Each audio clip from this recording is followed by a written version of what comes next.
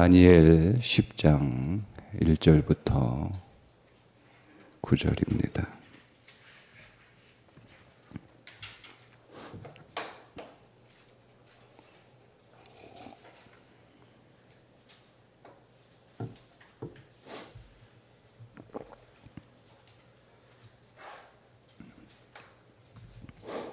바사왕 고레스 제3년에 한 일이 벨드사살이라 이름한 다니엘에게 나타났는데 그 일이 참되니 곧 큰 전쟁에 관한 것이라. 다니엘이 이 일을 분명히 알았고 그 환상을 깨달으니라. 그때에 나 다니엘이 세 일의 동안을 슬퍼하며 세 일해가 차기까지 좋은 떡을 먹지 아니하며 고기와 포도주를 입에 대지 아니하며 또 기름을 바르지 아니하니라. 첫째 달 24일에 내가 힛데겔이라 하는 큰 강가에 있었는데 그때에 내가 눈을 들어 바라본즉 한 사람이 세마포 옷을 입었고 허리에는 우바 순금띠를 띠었더라. 또 그의 몸은 황옥 같고 그의 얼굴은 번갯빛 같고 그의 눈은 횃불 같고 그의 팔과 발은 빛난 놋과 같고 그의 말소리는 무리의 소리와 같더라. 이 환상을 나 다니엘이 홀로 보았고 나와 함께한 사람들은 이 환상은 보지 못하였어도 그들이 크게 떨며 도망하여 숨었느니라. 그러므로 나만 홀로 있어서 이 큰 환상을 볼 때에 내 몸에 힘이 빠졌고 나의 아름다운 빛이 변하여 썩은 듯 하였고 나의 힘이 다 없어졌으나 내가 그의 음성을 들었는데 그의 음성을 들을 때에 내가 얼굴을 땅에 대고 깊이 잠들었니라. 아멘. 다니엘의 또 다른 묵시인데 오늘 9절까지 본문의 내용은 언제 어디에서 무엇을 하다가 하나님의 임재를 보았는데 그 하나님의 임재를 보았을 때 나는 어떻게 되었는가에 관한 말씀입니다. 우선 바사왕 고레스 제3년에 본 큰 전쟁에 관한 묵시입니다.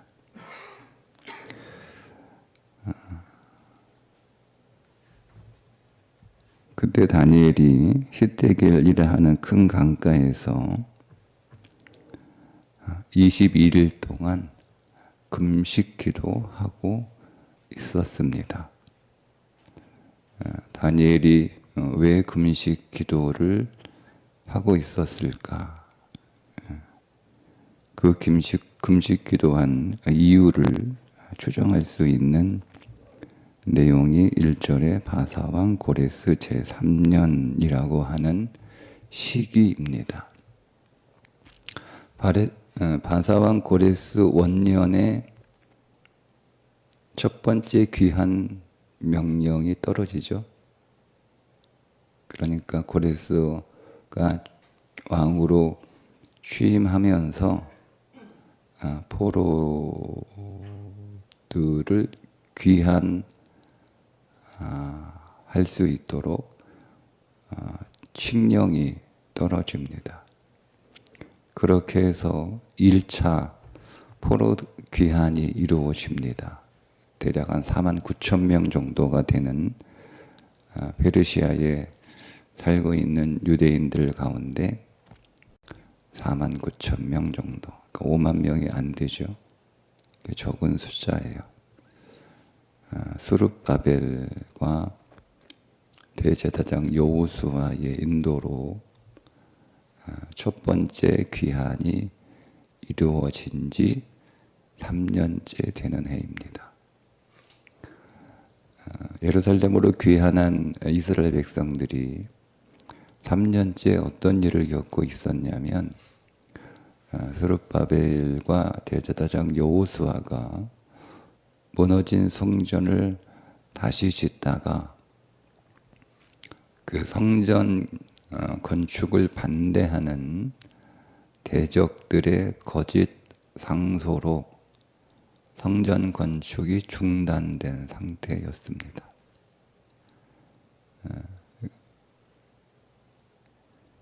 예루살렘으로 귀환한 하나님의 백성들이 여전히 돌아간 그 땅에서도 고통을 당하고 있다는 소식을 다니엘이 듣게 된 거예요.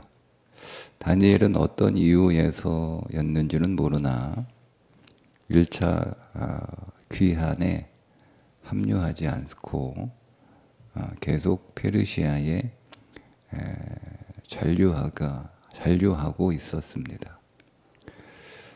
그 소식을 듣고 다니엘이 금식 기도를 21일 동안 하게 된 거죠. 그의 나이는 대략 85세 정도 되었습니다. 85세의 고령의 노인이 21일 동안 금식 기도를 합니다.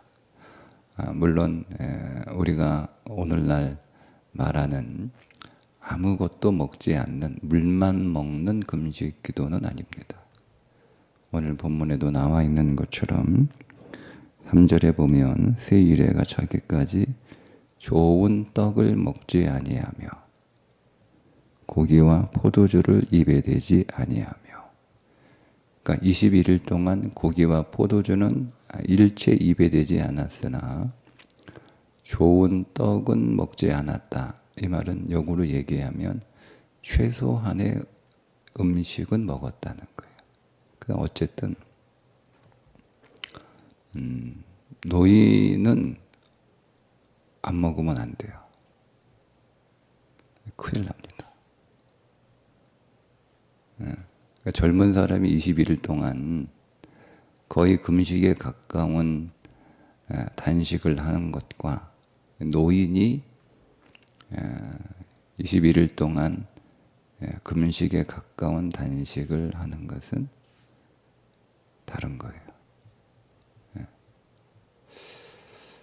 그럼에도 불구하고 다니엘은 기도를 안 할 수밖에 없어요. 기도를 안 할 수가 없었어요.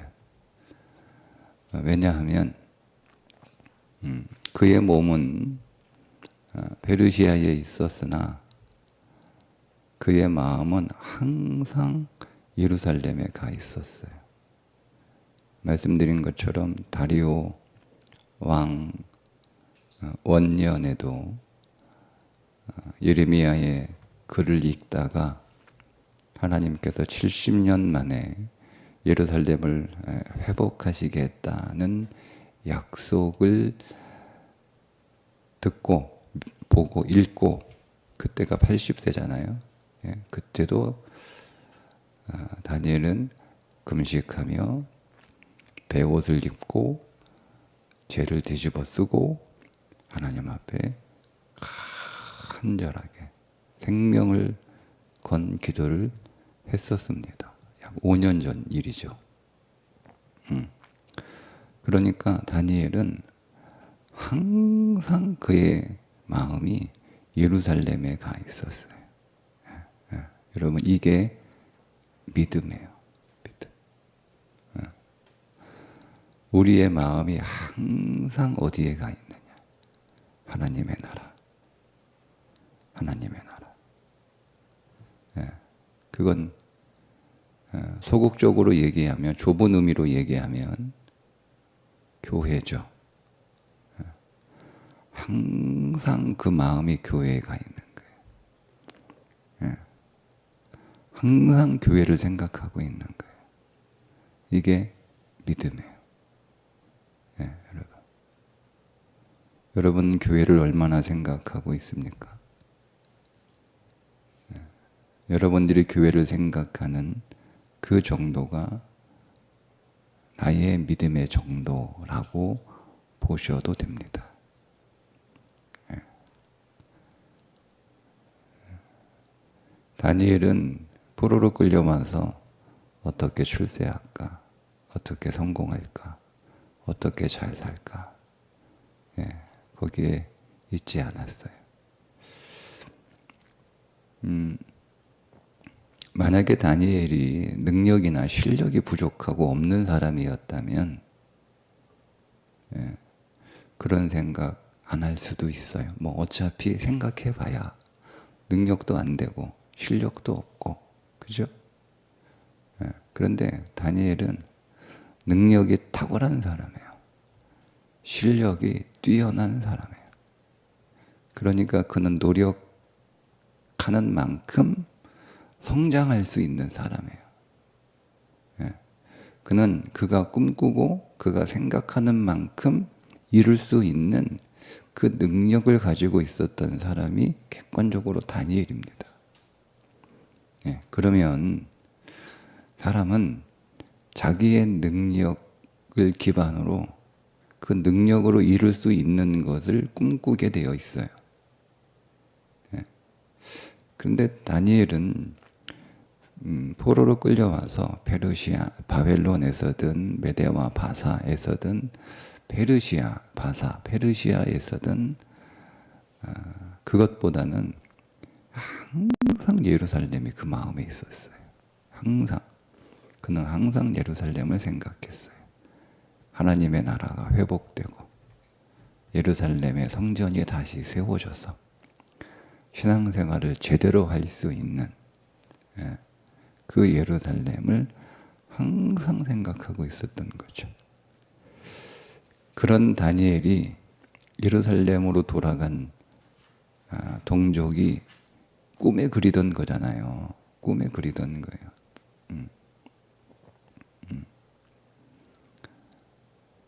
근데 그 꿈에 그리던 예를 들면 이런 거예요. 항상 교회를 생각하고 좀 더 확장하면 오늘 우리의 가정이 믿음의 가정이 되기를 원하고 우리의 가정이 성전 같은 집이 되기를 원하고 항상 그 생각만 하는 거죠. 좀 더 확장하면. 그런데 신앙생활을 제대로 하지 않았던 자녀가 신앙생활을 시작을 했는데 일이 잘 풀려야 되는데 너무 어려워요, 삶이. 그렇게 자녀를 위해서 기도하고 신앙생활을 좀 잘했으면 좋겠다. 이렇게 하나님 앞에 간절함으로 기도해서 드디어 애가 교회에 나가기 시작을 했는데 삶이 그 전까지는 괜찮았는데 교회 나가고 나서부터 삶이 더 어려워진 거예요. 더 힘들어지고 더 삶의 환난이 더 삶의 고난이 닥친 거예요.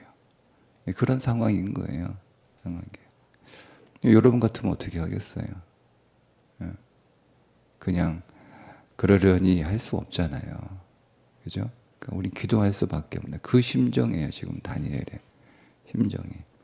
그 심정으로 또다시 다니엘은 정말 죽음을 각오한 20일 동안 여러분 젊은 나이에 20일 동안 금식 기도하는 것도 쉽지 않습니다. 다니엘의 뭔가를 먹긴 먹었으나 최소한으로 먹은 거예요. 최소한으로. 그 최소한이라는 게 기도할 수 있는 최소한의 음식이에요. 그것까지 안 먹으면 그냥 기도도 못하니까. 여러분 이제 금식해봤는데요. 금식한다고 다 기도하는 거 아니에요. 한번 해보세요. 네. 정신이 혼미해서 누워 있기도 힘들어요. 서 있기도 힘들어요. 그러니까 이게 내가 기도를 하는 건지 굶는 건지 헷갈려요. 좀 하다 보면. 그러니까 다니엘이 뭐 좀 먹긴 먹었네. 그게 아니고요. 기도하기 위해서 지금 히데길 강가에 나와 있잖아요. 그러면 어디 이동을 왔다 갔다 집에서 잘 때 자고 또 나와서 기도하고 뭐 이렇게 할 텐데 그 최소한의 힘을 위해서 먹은 거지 뭘 먹었다라고 말하기가 어려워요. 그렇게 다니엘은 또다시 생명을 건 중보 기도를 하게 됩니다. 21일 동안 하게 되는데 때가 정월입니다. 4절에 보면 첫째 달 24일이라고 나와 있죠. 그러니까 1월 24일입니다. 대학력으로는 4월 정도 되는 시기입니다. 이스라엘 백성들에게 1월은 한 해의 시작이죠. 그래서 유대인들은 이틀은 금식 기도를 합니다. 다니엘도 유대인의 관습을 따라 1월 1일과 2일을 금식 기도하고 거기에서 끝난 게 아니고 3일부터 21일 그러니까 24일이 되는 거죠. 달력으로 보면. 그렇게 21일 동안 기도하는 중에 놀라운 하나님의 임재를 경험하게 됩니다. 그때에 내가 눈을 들어 바라본즉 한 사람이 세마포 옷을 입었고 허리에는 우바 순금띠를 띠었더라.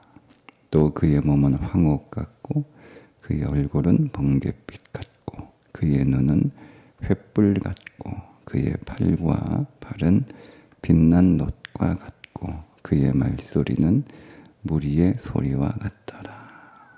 그러니까 이게 설명할 수가 없는 거예요. 설명할 수가 없어서 무엇과 같고라고만 표현한 거예요. 네. 그러나 이게 누구인지 어떤 존재인지는 정확하게 우리가 알 수 없으나 그러나 분명한 것은 하나님의 현현이라고 밖에 볼 수 없어요. 어쩌면 예수 그리스도의 현현일 수도 있습니다. 어쨌든 하나님의 현현을 다니엘이 보게 되죠.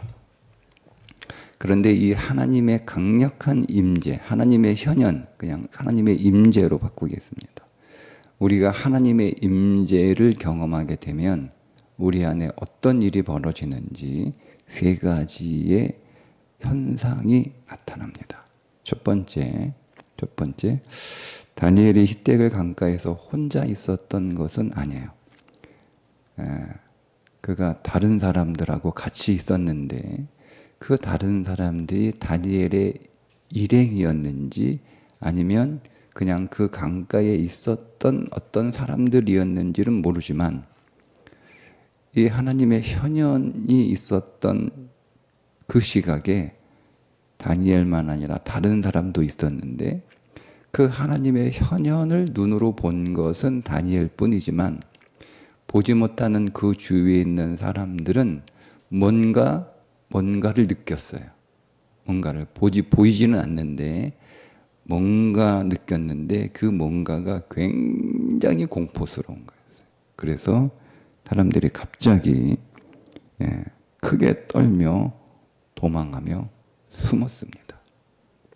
이게 하나님의 임재를 경험한 자의 첫 번째 반응입니다.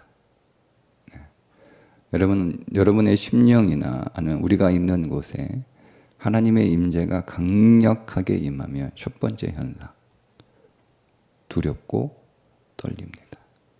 그리고 숨고 싶습니다.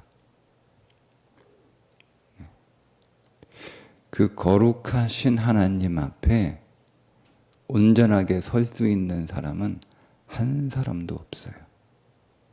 네. 여러분, 이 사람들이 믿음이 없었기 때문에 크게 떨며 도망하여 숨었을까요? 그렇지 않습니다. 예. 죄인이기 때문에 그들은 떨며 도망하여 숨을 수밖에 없었던 거예요. 이게 하나님의 임재예요. 하나님의 임재. 그러니까 제가 조금 더 약하게 표현할까요? 하나님의 은혜를 받으면 나타나는 첫 번째 현상이 두려움입니다. 두려움입니다. 예. 여러분들이 하나님의 말씀의 은혜를 받잖아요. 근데 그 말씀이 여러분 안에서 강력하게 하나님의 임재로 나타날 때가 있어요. 근데 여러분 두렵습니다. 왜 두려울까요? 말씀이 꿀송이처럼 단데 그 말씀에 순종하기가 너무 두려워요. 그래서 입에서는 달지만 뱃속에 들어가면 말씀은 써요. 그게 떨며 도망하여 숨는다는 의미이기도 합니다. 네. 말씀이 정말 진실로 우리에게 정말 진실로 강력하게 임재하게 되면 정말 두려워져요. 왜요? 내가 그 말씀을 순종하지 않았을 때 내 인생 안에 어떤 일이 벌어질지를 알기 때문에 그렇습니다. 우리가 별로 이렇게 믿음이 연약하고 하나님의 임재를 경험하는 것이 말씀의 이 장엄함을 우리가 잘 모를 때는요, 그냥 좋은 말씀이구나. 네. 그리고 신기한 말씀이구나. 말씀이 이런 내용도 있네. 이렇게도 또 우리가 해석하고 또 묵상하고 적용할 수 있네. 여러분 이렇게 여러분 생각이 보통 되지만 그러나 그 말씀이 진짜 내 안으로 들어올 때가 있어요. 그러면 여러분 내가 이 말씀을 순종하지 않으면 내 인생 안에 어떤 일이 벌어질 것인가에 관한 두려움 때문에 그 말씀이 너무 힘들어요. 이게 첫 번째 현상이에요. 두 번째 현상이 8절입니다. 그러므로 나만 홀로 있어서 이 큰 환상을 볼 때에 보세요. 내 몸에 힘이 빠졌고 나의 아름다운 빛이 변하여 썩은 듯하였고 나의 힘이 다 없어졌으나, 그러니까 딱 한마디로 표현하면 그 환상을 딱 목격한 다른 사람들은 감당이 안 되니까 그 주위에 있던 사람들은 다 도망가고 숨었어요. 그런데 다니엘은 좀 감당이 되니까 그 환상을 딱 이렇게 보려고 하는데 그 환상을 그가 눈을 열어 보는 순간 그는 마치 죽은 시체와 같게 되었다는 뜻이에요. 여러분 하나님의 임재 앞에서 우리의 모든 것들은 다 죽은 시체에 불과한 것처럼 다 그 빛을 잃어버립니다. 하나님 앞에서 빛을 유지할 수 있는 게 없어요. 이게 하나님의 영광의 임재예요. 근데 여러분 다니엘이 어떤 사람이죠? 다니엘이 9장에 보면 다니엘이 어떤 사람인지 하나님이 이렇게 하나님이 보낸 천사가 다니엘을 뭐라고 부르냐면 9장 23절에 너는 크게 은총을 입은 자라 이렇게 불러요. 근데 이거를 문자 그대로 번역을 하면 너는 하나님께 보석 같은 자다 이런 뜻이에요. 다니엘이 하나님께 보석 같은 자예요. 다니엘이 하나님께 아주 귀한 보물과 같은 사람이에요. 다니엘은 하나님이 정말 아끼는 사람이에요. 그러니까 여러분 사람의 인정을 받는 정도의 수준이 아니란 말이에요. 지금 다니엘의 수준은. 지금 다니엘은 막 사람들에게 굉장한 인정을 받잖아요. 바벨론에서도 느부갓네살로부터 인정을 받고, 마지막 벨사살한테도 인정을 받고, 메대와 바사에서도 다리오로부터 인정을 받고, 그리고 바사의 다리오로부터도, 아니 고레스로부터도 인정을 받고, 인정을 받아요. 얼마나 여러분 인정을 받아요. 근데 그 정도 수준이 아니라니까요. 하나님의 인정을 받은 자예요. 하나님의 인정을 받은 자. 그러면 하나님의 인정을 받은 사람이라면 도대체 이거 어마어마한 존재거든요. 하나님이 아무나 인정하실 수 있는 분은 아니잖아요. 왜냐면 하나님은 하나님의 수준이 있잖아요. 여러분, 제가 저를 누가 인정하느냐에 따라 다르잖아요. 그죠? 제가 저를 우리 교회 학교 꼬마들이 우리 목사님 최고라고 하는 것과 우리 교회 성도들이 최고라고 하는 것과 아주 훌륭하신 목사님이 최고라고 하는 것은 똑같은 최고인데 다르죠. 다르죠. 네. 우리 교회 꼬마들이 저보고 목사님 최고 할 때는 걔들 수준에서 최고인 거예요. 그러니까 성도들이 최고 그러면 성도들의 수준에서 최고인 거예요. 그런데 훌륭한 목회자로부터 최고라는 소리면 그분의 수준에서 최고인 거잖아요. 그러니까 하나님이 아끼는 사람이라고 하는 것은 적어도 하나님 수준에서 하나님께 보석과 같은 아주 소중한 보물과 같은 그렇게 인정받는 수준의 사람이라는 뜻인데, 그 다니엘도 하나님의 임재 앞에 서니까 마치 죽은 시체와 같은 거예요. 죽은 시체와 같은 거예요. 뭐 시체에 무슨 등급이 있어요. 다 시체는 다 시체지. 죽음은 평등한 거예요. 죽음은. 예. 죽음 앞에는 등급이 없어요. 시체에 무슨 등급이 있어요. 다 시체지. 그죠? 이게 하나님의 임재 앞에서 경험하게 된 다니엘의 두 번째 현상입니다. 그러니까 우리는 여러분, 하나님 앞에 서면 실로 마찬가지. 우리는 다 죽은 시체와 같은 존재들이에요. 우리가 이 땅에서 조금 이렇게 잘난 척하며 살아가는데, 그냥 우리끼리 있을 때만 조금 잘난 사람, 못난 사람 있는 거예요. 대단히 잘났다 해도 하나님 앞에서는 그냥 죽은 시체에 불과하다라고 하는 거. 이것이 제가 그냥 설명해서 여러분들이 이해하는 게 아니고 여러분들이 그냥 이게 느낄 수밖에 없는 거예요. 제가 이렇게 자세하게 설명하는 이유를 마지막에 말씀을 드리겠습니다. 세 번째 현상이 뭐냐면 다니엘이 혼절합니다. 혼절. 우리 성경은 그렇게 표현하지 않았는데 이렇게 표현을 했죠. 내가 그의 음성을 들었는데, 내가 그의 음성을 들을 때에, 그러니까 다니엘이 하나님의 음성을 들으려고 애를 썼어요. 애를. 뭔가 이 하나님이 말씀하시는데 내가 그 말씀을 들으려고 다니엘이 애를 썼어요. 그 말은 무슨 말이냐면 지금 자기의 상태가 이 피부 색깔만 시체 색깔로 이렇게 변하는 게 아니고 정말 자기가 지금 죽어가고 있는 그런 상황에서 막 안 죽으려고 막 기절하려고 그러는데 막 기절 안 하려고 막 정신을 차리려고 막 한간힘을 썼단 말이에요. 그런데 내가 얼굴을 땅에 대고 깊이 잠들었다. 이거 아주 부드럽게 표현한 거예요. 혼절했습니다. 정확하게 문자적으로는 그가 기절했어요. 정신을 잃어버렸어요. 이게 하나님의 임재를 경험하게 될 때 나타나는 현상입니다.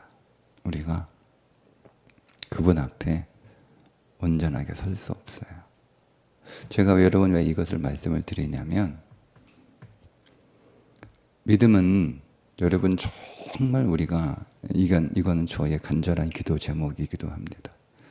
하나님의 강력한 임재를 경험하는 거예요. 이 하나님의 강력한 임재를 크게 떨리고 두려워서 어디론가 숨어버리고 싶은, 하나님을 그렇게 만나기를 원하고 하나님을 그렇게 실제로 체험하기를 원하는데 막상 하나님이 나를 찾아오시면 나는 도망가고 어디 쥐구멍이라도 들어가 가야 될, 예, 그런 일.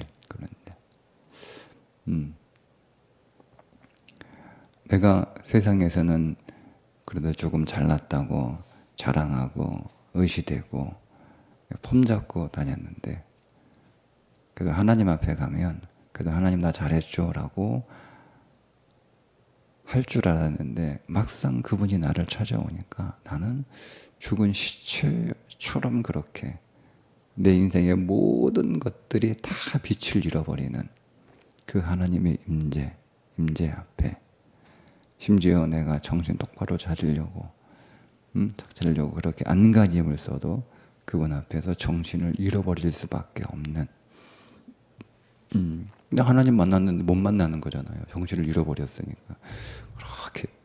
그렇게 원하는데, 근데 그런 하나님의 임재가 우리 가운데 있어야 우리는 신앙생활 제대로 할 수 있습니다. 그런 바꿔 얘기하면 죄송한데요, 우리 하나님의 임재, 이런 임재가 여러분 인생 안에 강력하게 없었으면 죄송한데 신앙생활 제대로 하고 있지 않다는 뜻이기도 해요. 이건 물론 제 생각입니다. 근데 여러분들은 모르니까 저는 그래요. 제가 왜 신앙생활을 제대로 하고 있지 못할까? 노력하는데 애쓰는데 안 될까? 제가 내린 결론은 내가 아직 하나님의 강력한 임재 안으로 들어가지 못했기 때문이다 라는 거예요. 그러니까 하나님의 영광이 내게 더 크게 보이기보다 세상의 영광이 더 크게 보이는 거예요. 내가 하나님의 영광의 빛을 진실로 보았다면, 머리로 이해하고 깨닫는 게 아니라 진실로 내가 하나님의 영광을 보았다면 그 영광 앞에 세상의 모든 빛들은 다 잿빛이에요. 잿빛. 다 죽음의 빛이란 말이에요. 그러면 그거 쳐다보지도 않아요. 그거 원하지도 않고, 그게 있으면 도리어 부끄러워요. 도리어 부끄러워요. 도리어 부끄러워요. 그게 부끄러워야 되는데 그게 없는 게 어떤 때는 창피하기도 해요. 그 무슨 얘기예요? 내가 하나님의 영광을 진짜 강력하게 경험하지 못했다는 뜻이에요.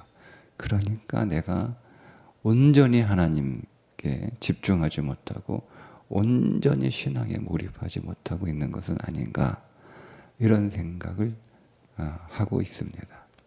여러분들은 어떠신지 모르겠으나, 그러나 저도 그렇게 기도하고 있지만 여러분도 한번 그렇게 기도하셨으면 좋겠습니다. 하나님의 강력한 임재 안에 여러분 들어갈 수 있도록. 나도 다니엘과처럼 되고 싶은 것, 다니엘처럼 이런 경험을 하는 것은 너무 큰 욕심인 듯 하나, 그래도 비슷하게라도 하나님을 살아있는 실제로 내가 만나고 경험하는 내 인생 안에서 하나님 속히 하박국 선지자의 고백처럼 하나님 속히 그 일을 이루어 주옵소서. 여러분 이렇게 기도하셔서 내가 하나님을 정말 잘 믿는 것이 그저 단순히 내 의지와 내 결단에 의해서가 아니라 하나님의 임재의 그 영광을 내가 보았기 때문에,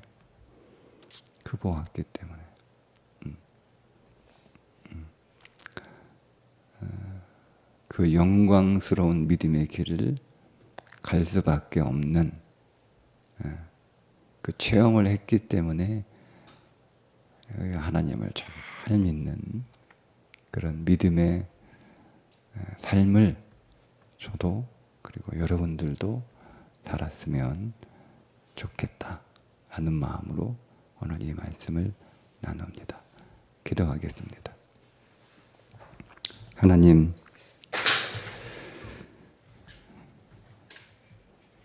우리는 다니엘처럼 하나님 앞에 보석 같은 하나님이 아끼시고 하나님이 인정하실 만한 삶을 살아가고 있지는 못하지만, 그러나 간절히 원하는 것은 우리도 다니엘이 만났던 그 히데겔의 하나님의 임재를 우리의 삶의 현장에서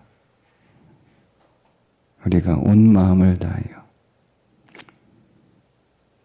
하나님 나라를 위하여 기도할 때 하나님 우리에게도 찾아와 주셔서 하나님의 영광의 실제를 체험하는 은혜를 허락하여 주옵소서. 그 하나님의 영광을 우리가 봄으로 내가 빛이라고 여겼던 세상이 잿빛에 불과한 것이고, 그 빛을 소유한 것이 지금은 자랑이지만 그 하나님의 영광을 본 이후로 그 빛을 가지고 있는 것이 수치가 되는 그 믿음의 수준까지 가기 원합니다. 오늘도 우리에게 은혜를 부어주셔서 하나님의 임재의 작은 조각빛이라도 경험하는 삶이 되게 해 주옵소서. 예수님의 이름으로 기도합니다. 아멘.